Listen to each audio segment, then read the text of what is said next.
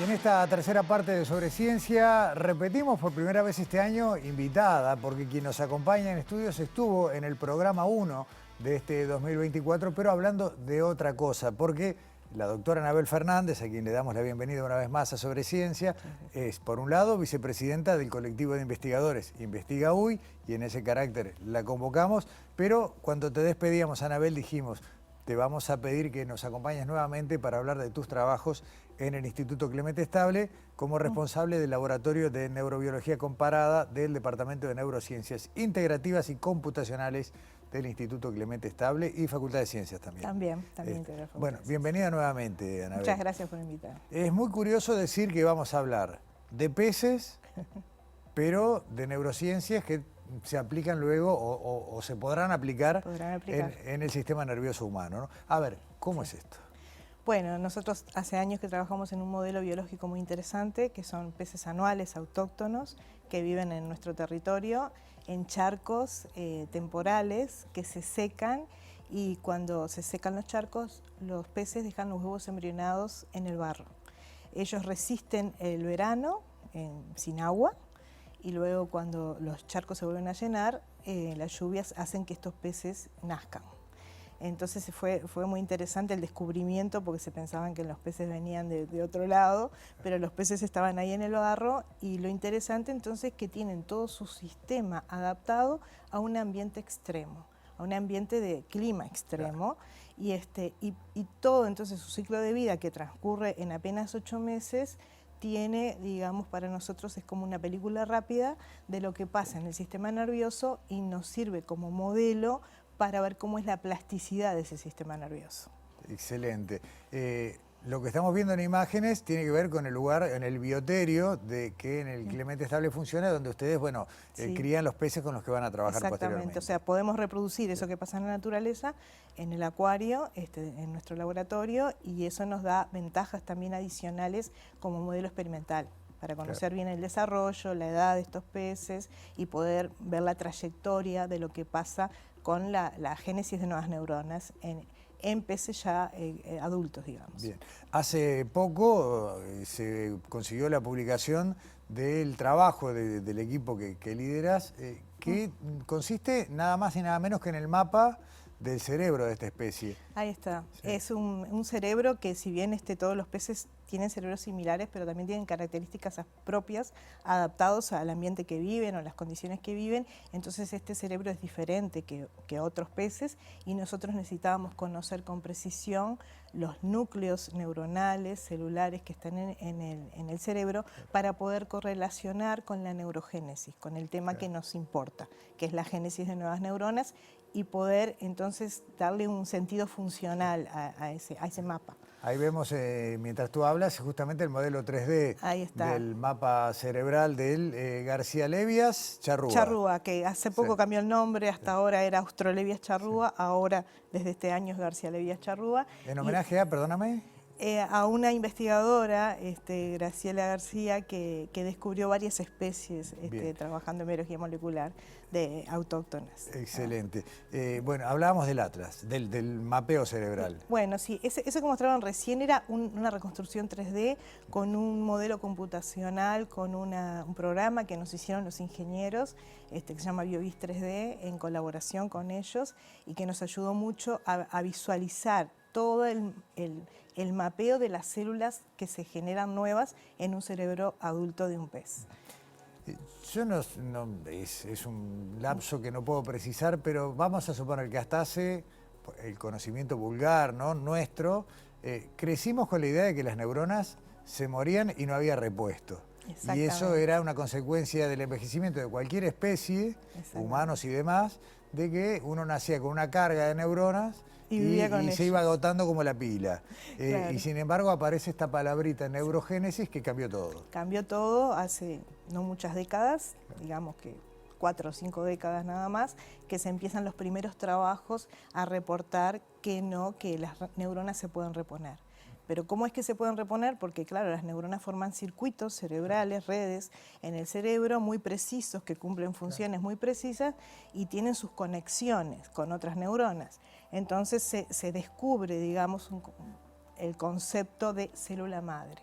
Quiere decir que en el cerebro quedan lo que se llaman células madres, que son como reservorios embrionarios de células que se van a diferenciar a neuronas y que van a ir a reemplazar otras a los circuitos cuando empiezan a perder neuronas. Te voy a hacer una pregunta difícil que ya te la hice cuando conversamos hace unos días, pero usaste la palabra van a ir a reemplazar. No sabemos si el ir es un desplazamiento físico. Es un desplazamiento físico. ¿Se nos mueven las neuronas recién nacidas en el cerebro? Se generan en lo que se conoce como nichos neurogénicos, que están en áreas ventriculares del cerebro, y migran hacia los lugares que son necesarios. Hay lo que se llama una banda migratoria rostral que se da desde un ventrículo lateral del cerebro hacia el bulbo olfatorio, por ejemplo, que se reportó en todas las especies estudiadas de vertebrados y también en invertebrados. Y es una migración constante de neuronas, por ejemplo, los roedores, que tienen muy importante su olfato para poder sobrevivir, tienen bandas de migración de 60.000 neuronas por día, claro. Algo que no entendíamos cómo era, pero es así. Te voy a hacer un paréntesis porque mientras vemos también algunas imágenes del trabajo en el bioterio, te voy a pedir que me digas los nombres de las personas que estuvieron trabajando ese día, alimentando y manteniendo la colonia, ¿no? Sí, ahí estaba Inés recién Berrosteguieta, que es estudiante de doctorado, que hace tiempo que viene trabajando en esta especie, que en su maestría trabajó cambiando las condiciones ambientales de una de las especies de estos peces anuales y reportando interesantes análisis de cómo responde esa proliferación celular a cambios ambientales, por ejemplo, de luz. Bien. Y la otra chica, no sé si aparece, pero es Stephanie Silva, que es estudiante de maestría y que ya está dedicada a estudiar la regeneración en la médula espinal de estos peces. Excelente. Volvemos a donde habíamos dejado recién, Anabel. Hablamos de neurogénesis, de desplazamiento de neuronas dentro del sistema nervioso, pero también es claro que no pasa lo mismo, o por lo menos en el mismo volumen y cantidad, en todas las especies que tenemos en un sistema nervioso central. Exactamente. Y justamente en los vertebrados, como nosotros, en los primates, es donde está más restringido, pero sí existe igualmente y se está estudiando por qué está más restringido, pero hay reportes de trabajos en bebés humanos donde hay importantes bandas migratorias de neuronas, pero eso va decreciendo con la edad y con la edad cada vez más. O sea, la importancia de este tema tiene que ver con que sabemos que algunas deficiencias del sistema nervioso o enfermedades neurodegenerativas tienen que ver con la muerte masiva de neuronas y la no reposición, claro. O el balance ese que está alterado. Mueren más de las que nacen. Mueren más de las que nacen, o como en el Parkinson también, que es una muerte masiva de un lugar en particular del cerebro. Entonces, entender cómo es que estas neuronas pueden reemplazar y ir a los lugares donde necesitamos es súper interesante para proyectar problemas clínicos, claro, que tienen que ver con la neurociencia, ¿no? Este modelo, vos lo explicabas, este modelo de pez tiene que ver con una evolución en un corto periodo, con la posibilidad de ver cómo un sistema nervioso se forma desde la nada hasta el individuo adulto, y es la línea de trabajo que ustedes llevan. Exacto. ¿Cómo se extrapola esto a los invertebrados mayores y, bueno, a nosotros, los que formamos parte del grupo de los primates? Bueno, se extrapola en el sentido de que las neuronas tienen el mismo comportamiento, si bien los cerebros no son exactamente iguales, porque los cerebros de los primates o de los mamíferos tienen otras regiones cerebrales, igual el comportamiento de la proliferación, de la diferenciación celular y la migración es parecida. Bien. Y existen los mismos neurotransmisores o los mismos ambientes neuronales, entonces el modelo nos sirve para explicar lo que pasa en el pez, pero también lo que pasa en otras especies. Ahí estamos viendo otras imágenes del atlas, de la Australebia, y todo el trabajo que ustedes hicieron en bueno, definir cada área, cada porción de ese cerebro, ¿no? Cómo funciona. ¿Sí? Ahí está, nosotros identificamos, ahí está con colores, las distintas áreas del cerebro anterior, medio y posterior. Eso es en el volumen del cerebro, así se ve el cerebro, que también encontramos algunas diferencias en cerebros. Vieron que ahí tiene dimorfismo sexual, ¿no? El macho es más colorido, la hembra más parda, y también estamos entrando a estudiar algunas diferencias que pueden haber entre los sexos, digamos, entre hembras y machos.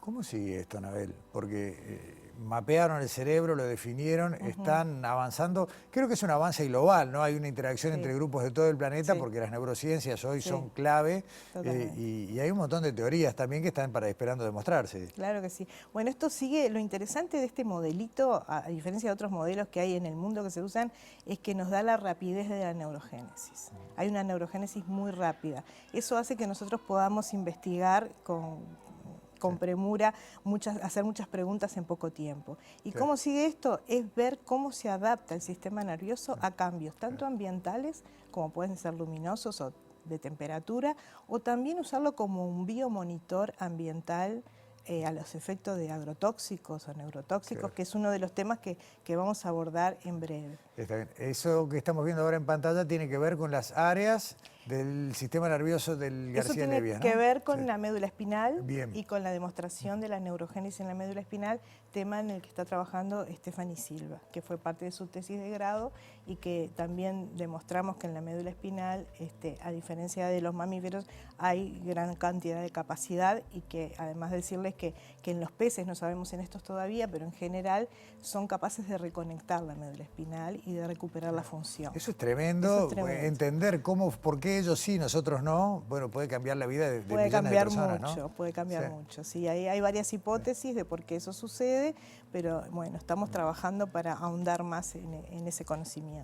Anabel, cuando viniste el primer programa, te entregamos el presente de Ística Objetos, pero era de la colección del año, de principio de año, para que lleves al Clemente Estable la nueva serie de Ística Objetos que tiene que ver con lo que es la representación de la ciencia. Y yo te quiero despedir con algo muy cortito, que es fascinante pasar por Avenida Italia por la puerta de Clemente Estable, ves un edificio más como tantos otros, y después tener charlas como esta acá o las que uno puede tener informalmente y entender el grado de precisión, de avance, de futuro a veces que tiene la ciencia que hacemos en esa vereda ahí. Vi que disfrutaste mucho de la visita. Sí, a ver, el Clemente, el Pasteur, Facultad, a ver, cada centro de investigación bien contado es un placer. Muchas gracias. Y el de Clemente también hay gran compromiso con lo que hacemos, por supuesto mucha vocación y muchas ganas de avanzar en el conocimiento y trabajar seriamente. Anabel Fernández, muchas gracias por acompañarnos nuevamente. Cerramos esta edición de Sobre Ciencia y nos vemos acá en TV Ciudad la semana que viene. Muchas gracias.